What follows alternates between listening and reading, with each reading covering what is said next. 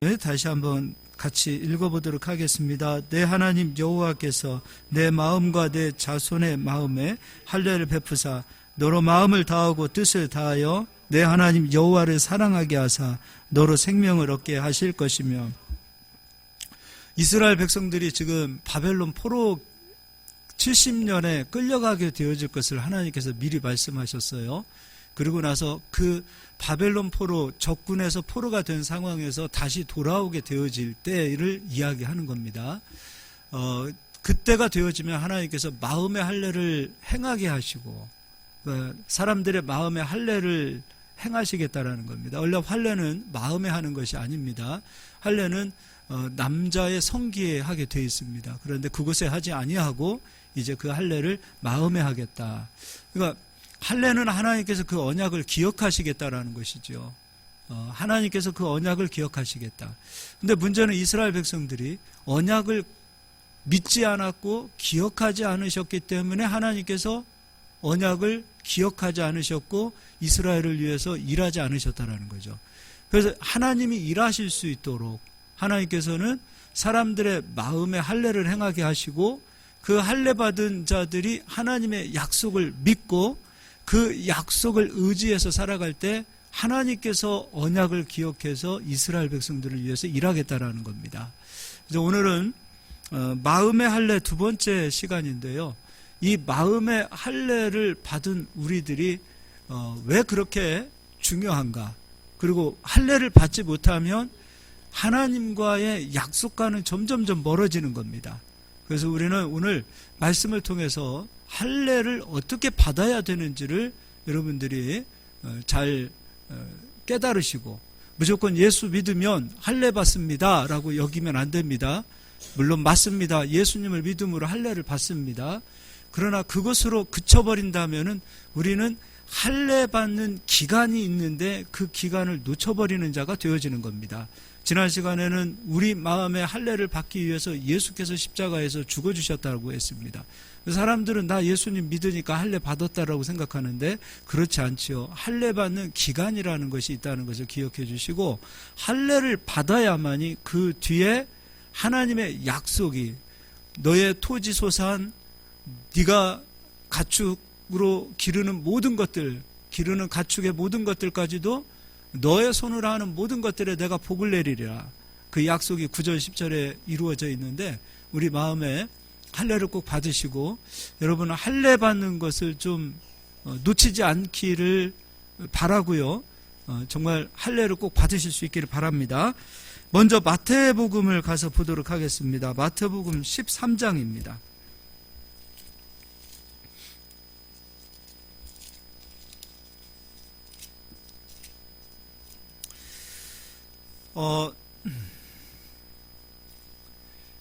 성경에서의 마음과 토지가 같은 것으로 놓고 보고 있습니다. 성경에서는 땅을 사람들의 마음으로 비교했고요. 마음을 또 토지로 비교하고 있습니다. 그래서 토지와 마음은 같은 성질을 가지고 있습니다. 또 사람은 흙으로 지음을 받은 것입니다. 그리고 뿐만 아니라 예수님께서 마음을 땅으로 놓고 보셨고 땅을 마음으로 놓고 보셨습니다. 그리고 씨는 하나님의 말씀으로 놓고 보셨죠. 그런데 열매를 맺는 자가 있고 열매를 맺지 못하는 자가 있습니다. 열매를 맺는 자가 있고 열매를 맺지 못하는 자가 있다. 이제 13장 19절을 같이 한 목소리로 읽겠습니다.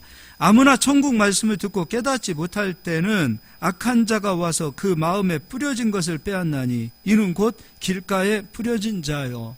그러니까 마음을 토지에 비교한 겁니다. 우리 마음에 하나님의 말씀이 뿌려지게 되어지는데 어떤 사람의 마음은 길가밭, 어떤 사람의 마음은 돌밭, 어떤 사람의 마음은 가시밭, 어떤 사람의 마음은 좋은 밭 이렇게 되어 있다라는 겁니다. 그러면 마음을 토지로 놓고 보셨고 토지를 마음으로 놓고 보셨다라는 것이 바로 예수님께서 사람들의 마음을 보시는 관점입니다. 그러니까 우리 마음에 할례를 행하셨다라는 것은 우리가 토지를 보면 되어지고 토지를 통해서 우리 마음의 상태를 보게 되어진다면 지금 내 마음의 상태가 길가밭인지 돌밭인지 가시밭인지는 본인들 스스로가 알 수 있어야 됩니다. 자, 그러면 마음의 할례를 행하듯이 토지에도 할례를 행하는 것입니다. 이제 레위기서 19장을 가서 보겠습니다.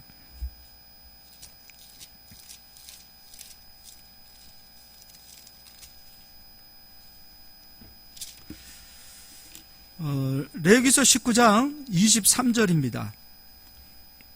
제가 읽어드리겠습니다. 너희가 그 땅에 들어가 각종 과목을 심거든. 이스라엘 백성들이 광야 생활하다가 가나안 땅에 들어갔을 때가 적용되어지는 것이고요. 또 바벨론 포로 70년 기간 동안에 가나안 땅에 있지 않았던 이스라엘 백성들이 다시 가나안 땅에 들어갈 때를 이야기합니다. 그러니까 죗값을 치르고 난 그 40년이 끝난 이후에 가나안 땅에 들어갔을 때 그때 이야기를 하고 계시는 것이고, 또 이스라엘 백성들이 죄값 70년을 바벨론 땅에서 치르고 난 이후에 다시 가나안 땅에 들어오게 되어질 때,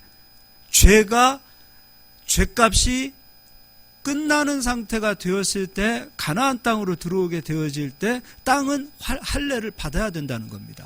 우리가 예수님 믿고서 바로 좋은 그리스도인으로 좋은 나무로 좋은 열매를 맺는 것 같지 않습니다. 여러분, 씨를 뿌린다 하더라도 씨가 열매가 맺혀지는 기간이 있습니다. 그래서 믿음을 가리켜서 불로 연단한 믿음이라는 겁니다. 불로 연단한 금이라는 겁니다. 변하지 않는 믿음, 그 믿음을 우리는 사라 이겁니다. 믿음을 사라는 거예요. 사라는 거예요. 자, 읽어보도록 하겠습니다. 제가 읽어드릴게요. 너희가 그 땅에 들어가 각종 과목을 심거든 그 열매는 아직 할례 받지 못한 것으로 여기되, 이스라엘 백성들이 70년 동안 바벨론 땅에 가 있는 그 죗값을 치르는 그 기간 동안에 그 가나안 땅은 할례 받지 못한 땅으로 변해버리는 겁니다. 할례 받지 못한 땅으로 변하는 거. 우리의 죄악으로 인하여 땅이 변하는 겁니다. 우리의 의로움으로 말미암아 광야의 땅이, 사막의 땅이 옥토의 땅으로 변하듯이 우리의 죄악으로 말미암아 옥토가 광야로, 사막으로 변하는 겁니다. 그래서 가나안 땅이 옥토로 변하기까지 할례 받는 기간을 정하셨다는 겁니다. 할례 받는 기간. 그래서 아직 할례 받지 못한 것으로 여기되 곧 3년 동안 너희는 그것을 할례 받지 못한 것으로 여겨 먹지 말라 그랬어요.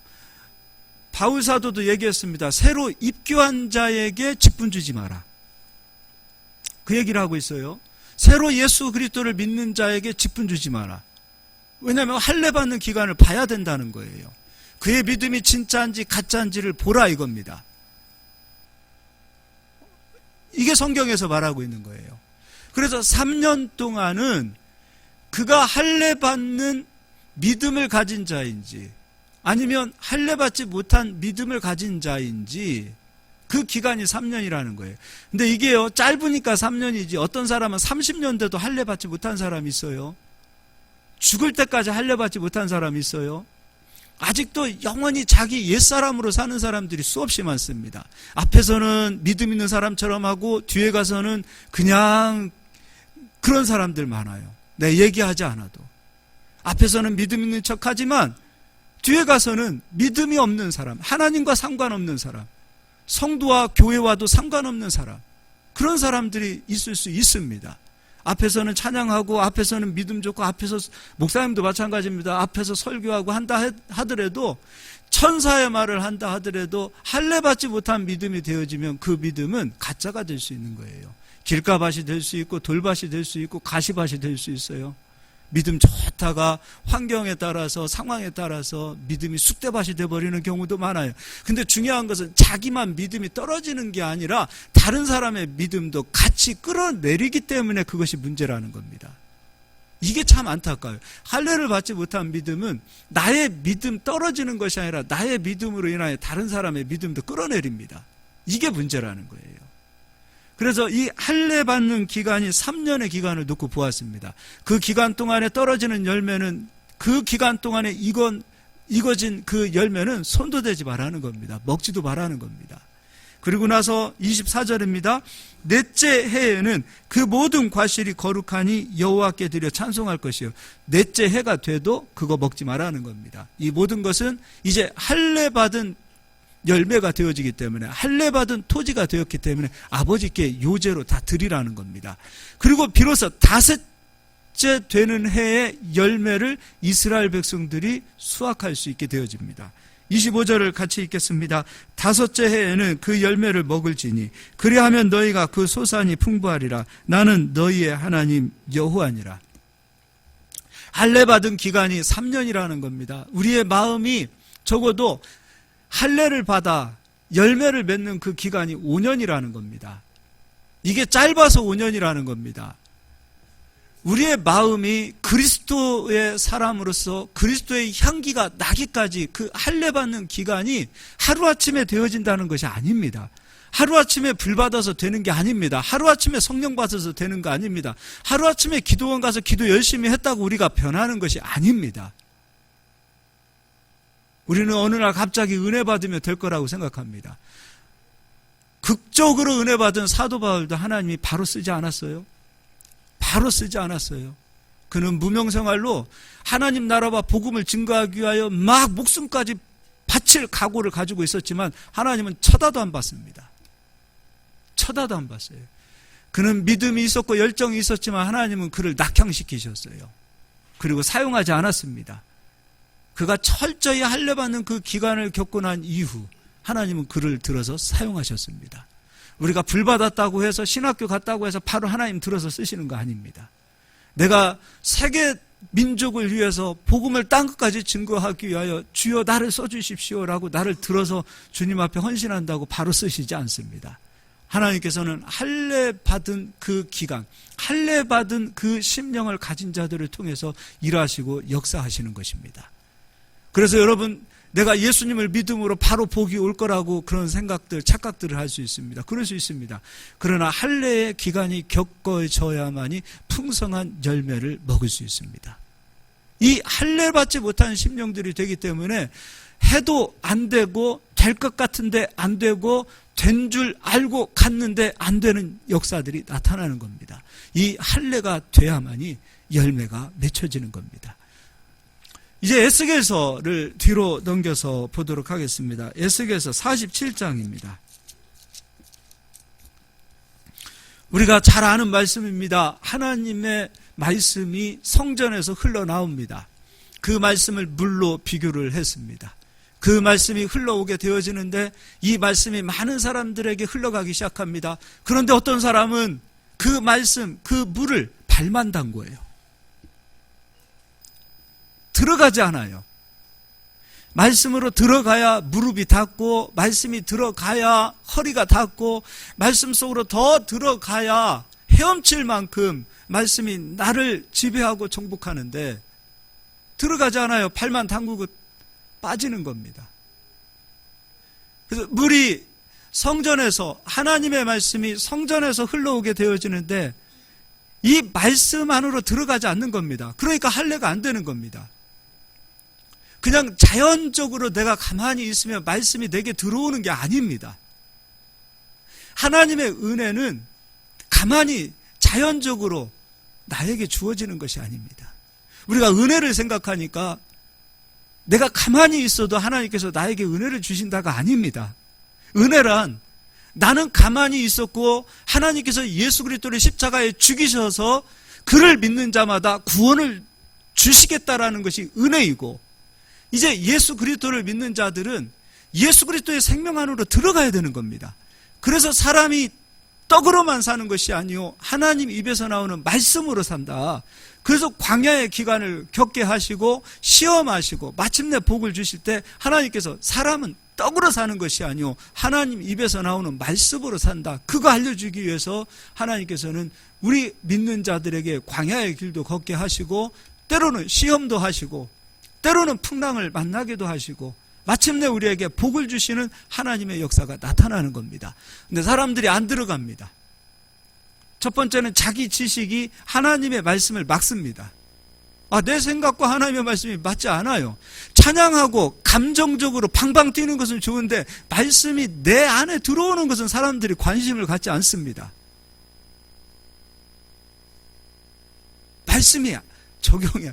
여기에요 목숨을 걸고 들어가야 될 일이거든요. 천국은 침노하는 자의 것이에요. 가만히 있다고 해서 하나님의 말씀이 내게 적용되어지고 말씀이 단비처럼 내게 임하는 것이 아니라 말씀의 자리에 오지 않는데 어떻게 말씀을 듣지 않는데 어떻게 말씀이 우리 속에 오냐 이거예요.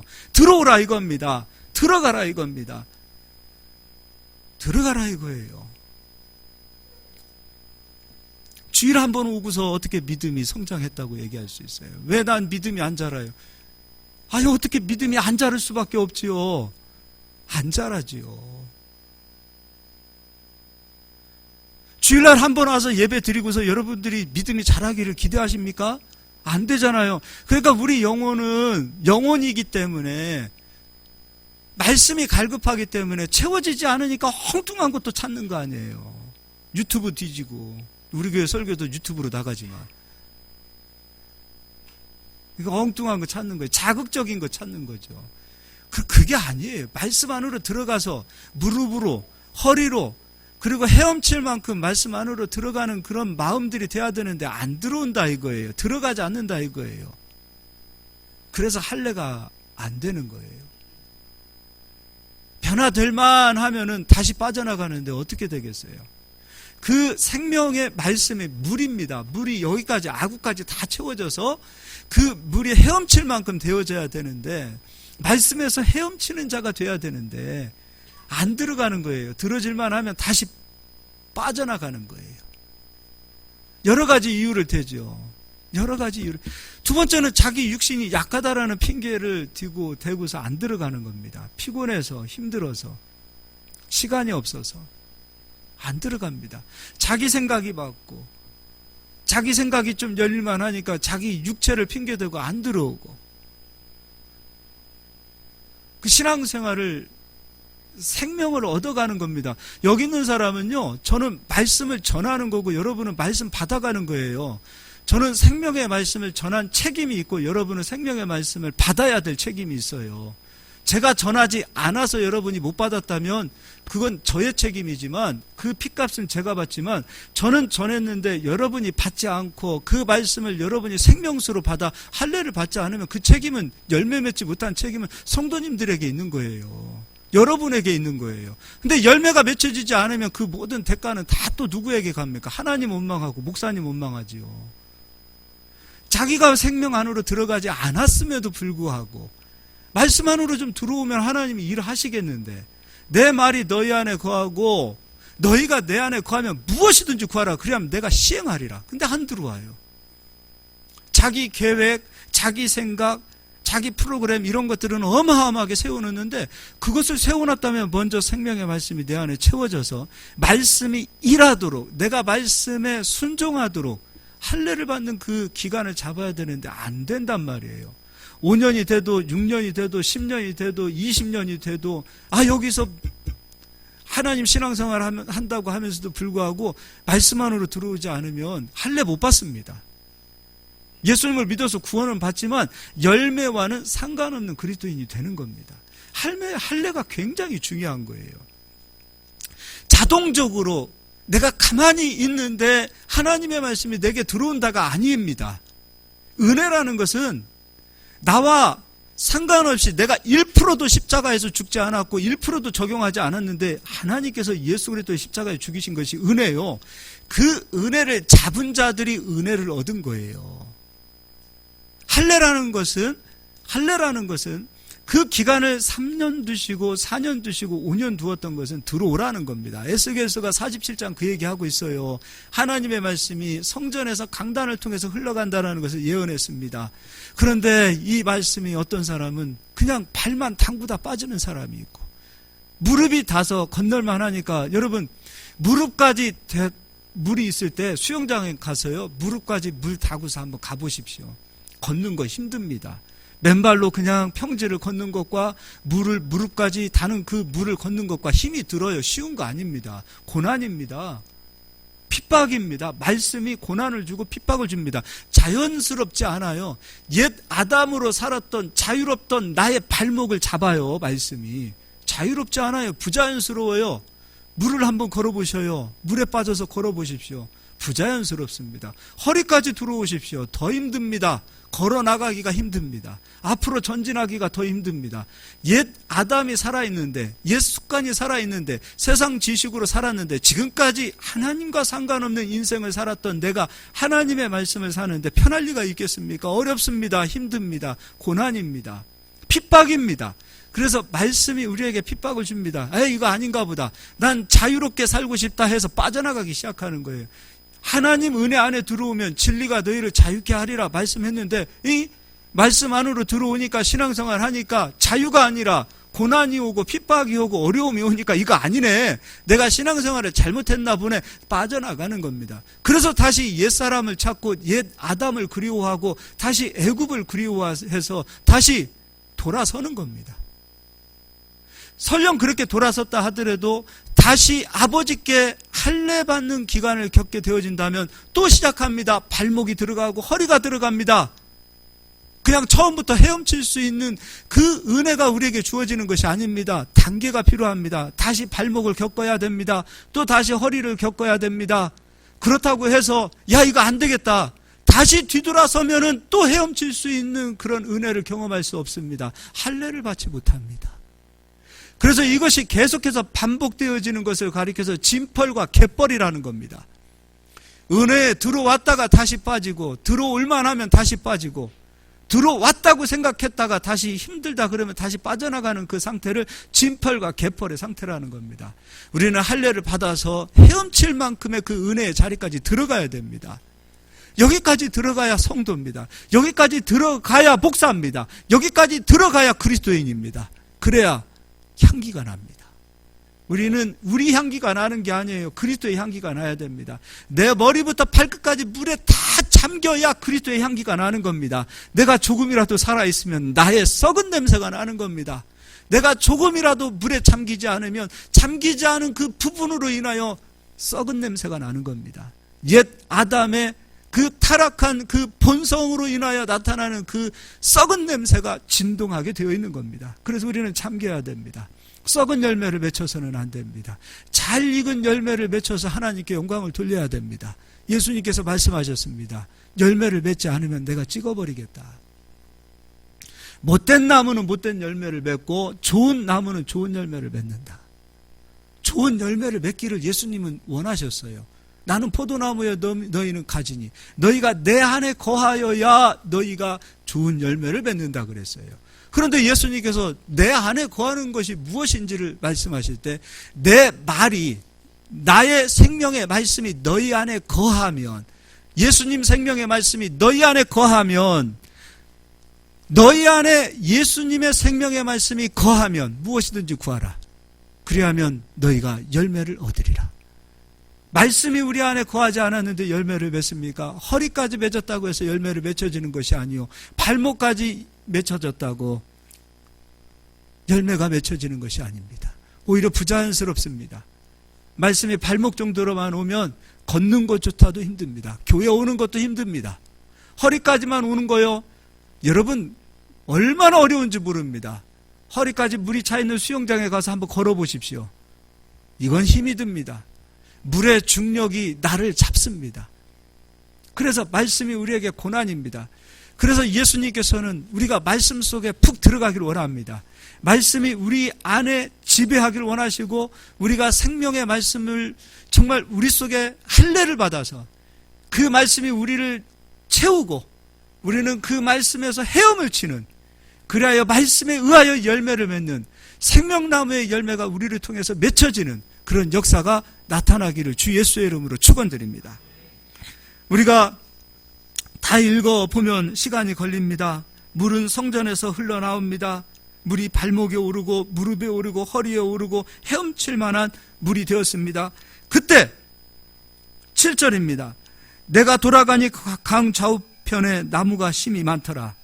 우리 주변에 열려있는 여러분 눈에 보이지 않는 나무들이 여러분에게 생명의 열매들을 맺으려고, 의의 열매를 맺으려고 보이지 않는 의의 열매가 여러분 좌우에 다 있습니다. 그런데 왜 그 열매가 맺혀지지 않냐면, 내가 헤엄칠 만큼 그 물이, 그 말씀이 내 안에 채워지지 않은 겁니다. 여러분 귀신도 그랬다 그러잖아요.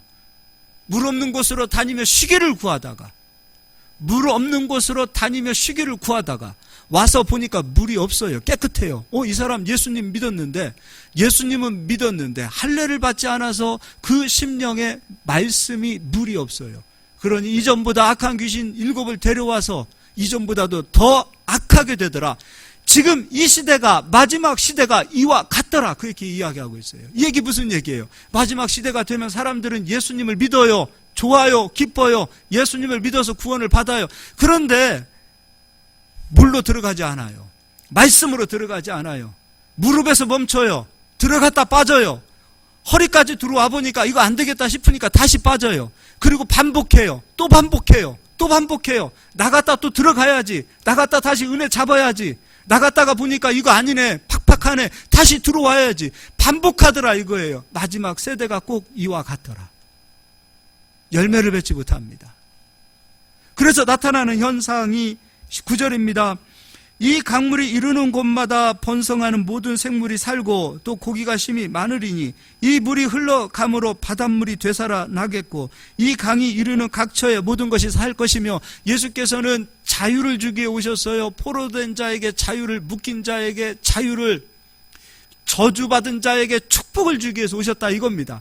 예수님을 믿는다는 것은 축복이요, 예수님을 믿는다는 것은 자유입니다. 그런데도 불구하고 우리가 왜 자유와 축복을 누리지 못하는가? 헤엄칠 만큼 할례를 받기를 거부하더라 이거예요. 은혜 받을만 하면 빠져나가요. 다시 축복이 아니라 저주가 잡겠지요. 은혜 받을만 하면은 다시 빠져요. 은혜 받을만 하면 다시 뒤돌아서요. 말씀을 믿고 한번 해볼까? 말씀을 믿고 한번 말씀 속에 들어가 볼까? 다시 빠져나오는 거예요. 세상 지식으로 살았을 때는 자유롭고 세상 지식으로 살았을 때는 얽매이는 게 없었습니다. 그런데 말씀이 내 안에 들어오니까 세상 지식과 내가, 말씀이 서로 충돌하기 시작하는 겁니다. 부딪히는 겁니다. 부딪히는 거예요. 그래서 말씀이 우리에게 도전을 주는 그 말씀 자체가 부담이요, 핍박이요, 고난이라 이거예요. 평안은 언제 누리는가? 발목에 있어서는 평안이 오지 않아요. 허리에 있어서는 평안이 오지 않아요. 오히려 고난이요, 핍박입니다. 헤엄쳐야 됩니다.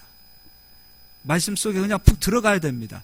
내 생각도 죽고 내 육체도 말씀에 죽고 말씀에 의하여 내 모든 고집과 자아와 내 육체의 모든 것까지도 말씀에 의하여 다 죽으라 그겁니다.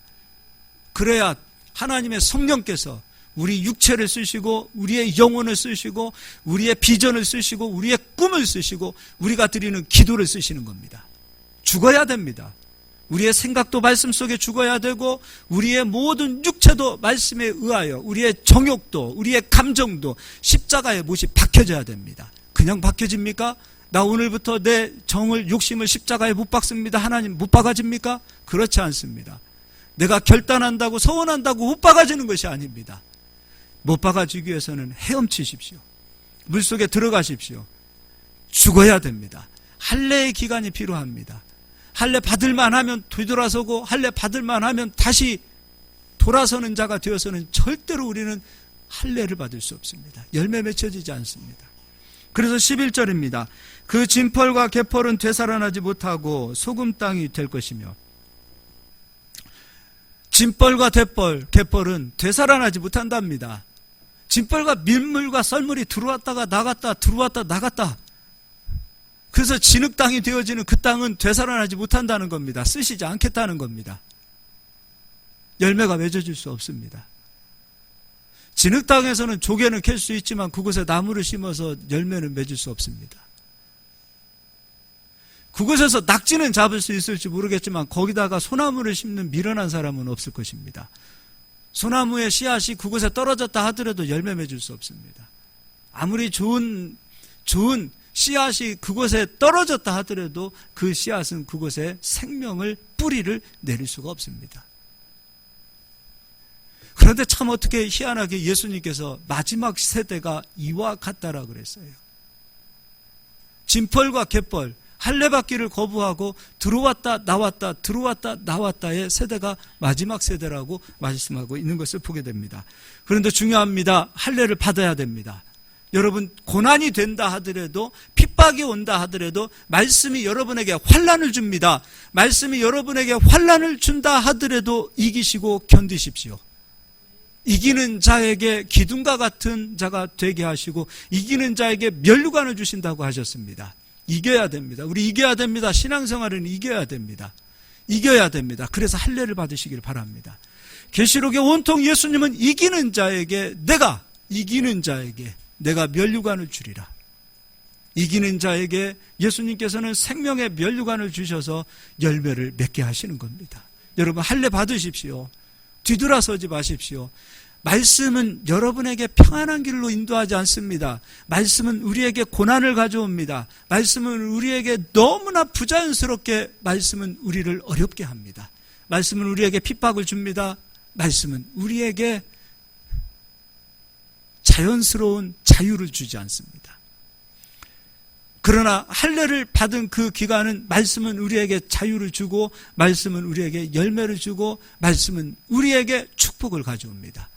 그래서 신명기 30장의 말씀을 한마디로 얘기한다면 하나님은 복과 저주와 생명과 사망을 택하였으니 너희가 택하라는 겁니다. 가만히 있으면 복이 오는 것이 아니요, 가만히 있으면 생명이 오는 것이 아니요, 우리가 복을 택해야 되고 우리가 생명을 택해야 우리가 열매를 얻기 위하여 이기는 자리까지 가야만이 열매가 우리에게 맺혀진다는 겁니다. 복은 그냥 오지 않습니다. 택하는 자의 것입니다. 천국은 그냥 주어지는 것이 아닙니다. 침노하는 자의 것입니다. 우리가 천국을 그냥 바라만 보는 것이 아니요, 천국을 끊임없이 세례 요한 이후부터는 천국은 침노하는 자의 것입니다. 침노하는 자의 것이에요. 그것을 놓지 않고 그것을 하나님 나라를 생명의 말씀을 진주보다도 보석보다도 더 귀하게 여기는 마음을 가지고 그것을 사모하고 그것을 사고 그것을 내 것으로 소유하고자 하는 그러한 자들이 할례를 받더라 이겁니다. 그러한 자들에게 생명의 열매가 강 좌우에서 의의 열매가 맺혀지더라 이겁니다. 하나님께서는 우리 아버지십니다. 아버지가 어찌 자녀들이 복받기를 싫어하시는 분이 어디 있겠습니까? 천국 열쇠는 우리에게 주어진 것이요, 우리가 여는 거예요. 복도 생명도 우리가 잡아서 우리가 열어야 되는 겁니다. 그 천국 열쇠를 주기 위해서 오신 분이 예수님이요, 그 예수 그리스도의 이름으로 열어야 될 자는 바로 우리라 이겁니다. 우리가 열지 않았기 때문에 복이 오지 않는 것이요, 우리가 열지 않았기 때문에 택하지 않았기 때문에 열매가 맺혀지지 않더라 이겁니다. 열매를 좀 여러분 사모하실 수 있길 바랍니다. 진짜 열매를 사모하실 수 있기를 바랍니다. 12절도 같이 읽겠습니다. 강 좌우가에는 각종 먹을 과실나무가 자라서 그 잎이 시들지 아니하며 열매가 끊이지 아니하고 달마다 새 열매를 맺으리니 그 물이 성소를 통하여 나옴이라. 그 열매는 먹을만하고 그 잎사귀는 약조례가 되리라. 할렐루야. 그 열매가 우리를 치료하고 그 열매는 의의 열매요, 그 열매는 우리에게 축복의 열매요, 소산의 열매요. 그 열매가 맺혀지기를 주 예수의 이름으로 축원드립니다. 할례 받는 기간이 필요합니다. 육신의 할례도 고통이 있습니다. 마음의 할례도 고통이 따릅니다. 마음의 할례도 부자연스러운 나를 붙들고 있는 그 물의 중력을 우리가 이기고 더 말씀 속으로 들어가야 되는 그런 말씀의 할례를 받는 기간이 우리에게 필요하기 때문에 우리 성도님들은 뒷걸음치지 않기를 바랍니다. 내가 온유하기 때문에, 약하기 때문에, 난 천성적으로 정말 어떤 도전하지 못하기 때문에 그런 핑계 대지 마십시오. 그거는 하나님 앞에서 핑계입니다. 그거는 핑계입니다. 내가 어떠한 심령이 되었다 하더라도, 내 주변에 어떠한 환경이 되었다 하더라도 사람 핑계 대지 마시고 환경 핑계 대지 마시고 내 자신에 대한 연약함을 핑계 대지 마시고 말씀 속으로 들어가세요. 핑계는 여러분이 되면 될수록 여러분 손해예요. 핑계대지 말고 막 들어가세요. 들어오세요. 말씀 안으로 막 들어오세요. 그래서 말씀이 여러분을 지배하고 정복하시기를 주 예수의 이름으로 축복합니다. 마태복음 13장입니다.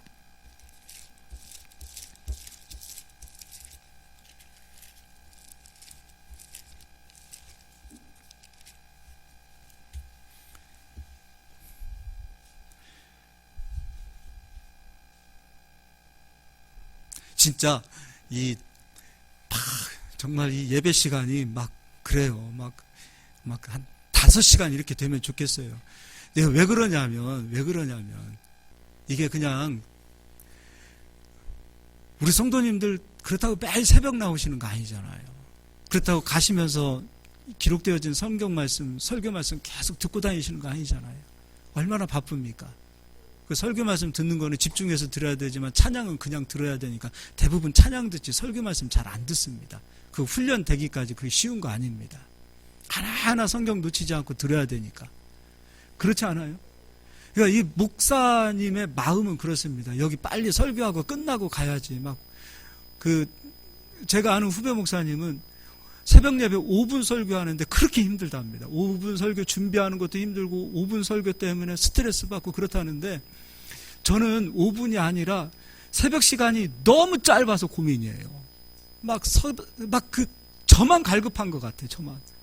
그래서 저는 우리의 성도님들이 복을 받는다는 것이 저는 믿음을 가지고 있기 때문에 복 받는 것은 다른 게 아니라 말씀이 복을 받기 때문에 말씀이 우리 성도님들에게 생명을 주기 때문에 그냥 말씀이 막 채워지기를 바라는 그런 기대와 소망, 어떤 그런 마음이 있어요.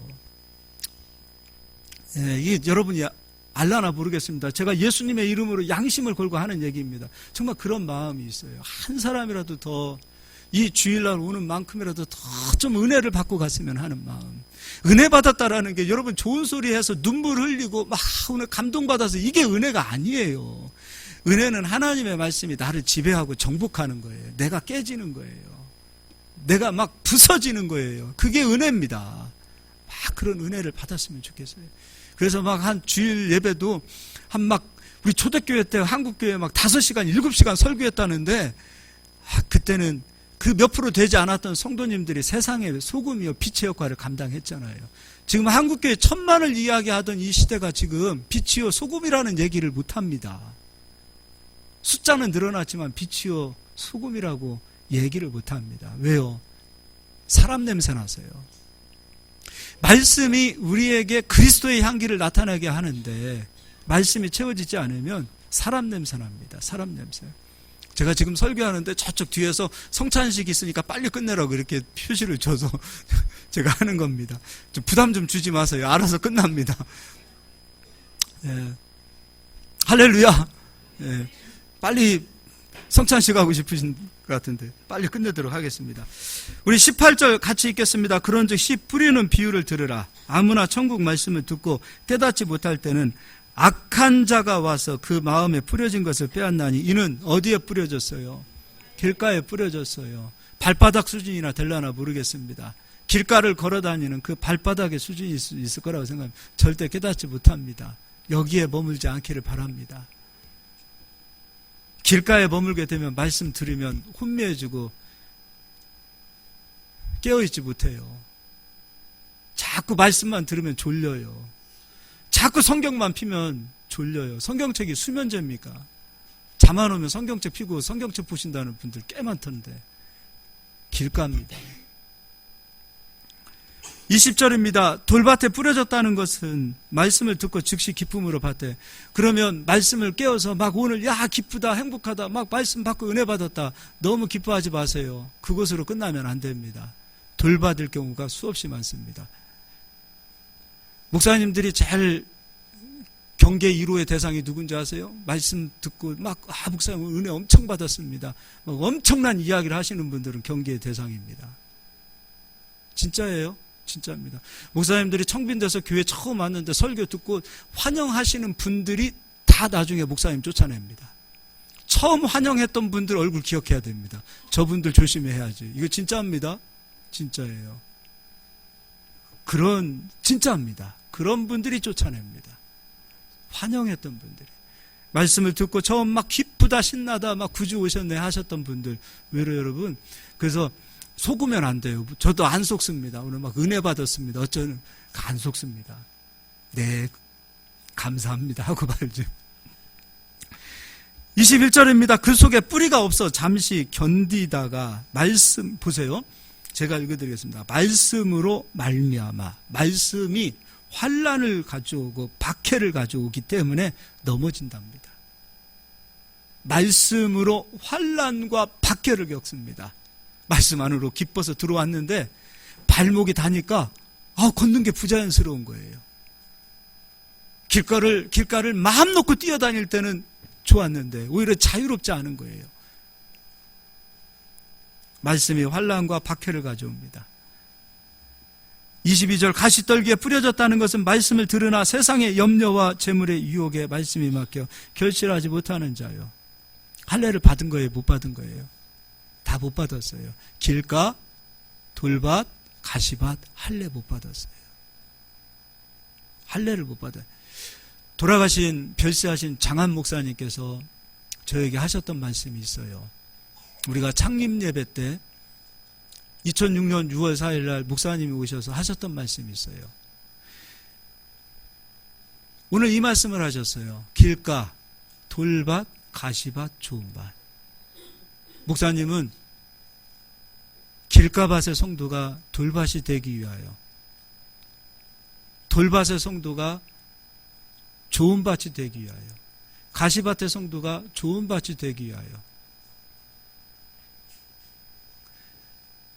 그것이 목사님의 목회의 소망이요, 비전이요, 그것 때문에 목회를 견디고, 저희가 저희가 창립 예배하는 그 달에 목사님이 은퇴하셨어요. 목사님은 은퇴하시고 저희는 교회가 시작되어졌어요. 자기는 지금까지 이 마태복음 13장 성도들의 마음을 좋은 밭으로 만들기 위하여 말씀을 준비하고 말씀을 전했다라고 말씀하고 계셨습니다. 저도 마찬가지입니다. 우리 성도님들이 좋은 밭이 되었으면 좋겠습니다. 그냥 귀로 듣고 은혜 받았습니다. 그냥 예수님 믿는 책임 때문에 교회는 다녀야 되겠습니다. 이런 성도가 아니라 이왕이면 할례를 받아서 열매를 맺었으면 좋겠습니다. 할례를 받았으면 좋겠습니다. 70년이 끝난 이후에 가나안 땅에 돌아왔을 때 하나님이 기대하신 것은 할례 받은 자들이 복을 누리는 것이요, 열매가 다시 가나안 땅에 맺혀지기를 원하셨습니다. 예수께서 우리 죄를 짊어지시고 십자가에서 죽으시고 예수 그리스도를 믿는 자마다 하나님의 자녀가 되어 안식 안으로 들어오게 하셨고, 그 예수 그리스도를 믿는 모든 성도들을 통해서 하나님이 기대하고 소망하시는 것은 단 한 가지입니다. 우리를 통하여 의의 열매가 맺혀지기를 원하는 것입니다. 우리를 통하여 그리스도의 향기가 나타나기를 원하시는 것입니다. 우리를 통하여 사람 냄새가 나는 것이 아니라 그리스도의 냄새가 나기를 그토록 원하시는 분이 바로 하나님 아버지셨습니다. 우리가 그 마음을 가지시고 여러분 할례를 받으시기를 바랍니다. 이제 처음 신앙생활 하시는 분들도 있습니다. 여러분 견디십시오. 이기십시오.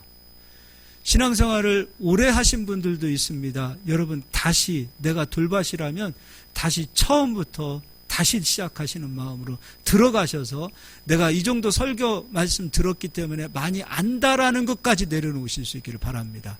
그것 때문에 못 들어가고 그것이 내 발목을 다시 잡을 수 있습니다. 다시 처음 시작하는 마음으로 들어가셔서 발목으로 허리로 헤엄칠 만큼 다시 들어가셔서 말씀 안에서 내가 죽고 말씀이 나를 통해서 살아나는 역사가 나타나 내가 그리스도 안에서 그리스도로 다시 살아나는 역사, 그 은혜를 경험하셔서 의의 열매가 맺혀지는 그런 은혜가 있기를 주 예수의 이름으로 축복합니다. 여러분 사랑합니다. 축복합니다. 열매가 맺혀지기를 정말로 소망합니다. 우리 좌우 앞뒤 한번 인사하겠습니다. 의의 열매가 맺혀지기를 소망합니다. 한 번 더 인사하겠습니다. 할례 받읍시다. 한 번 더 인사합시다. 정신 차립시다. 정신 차리고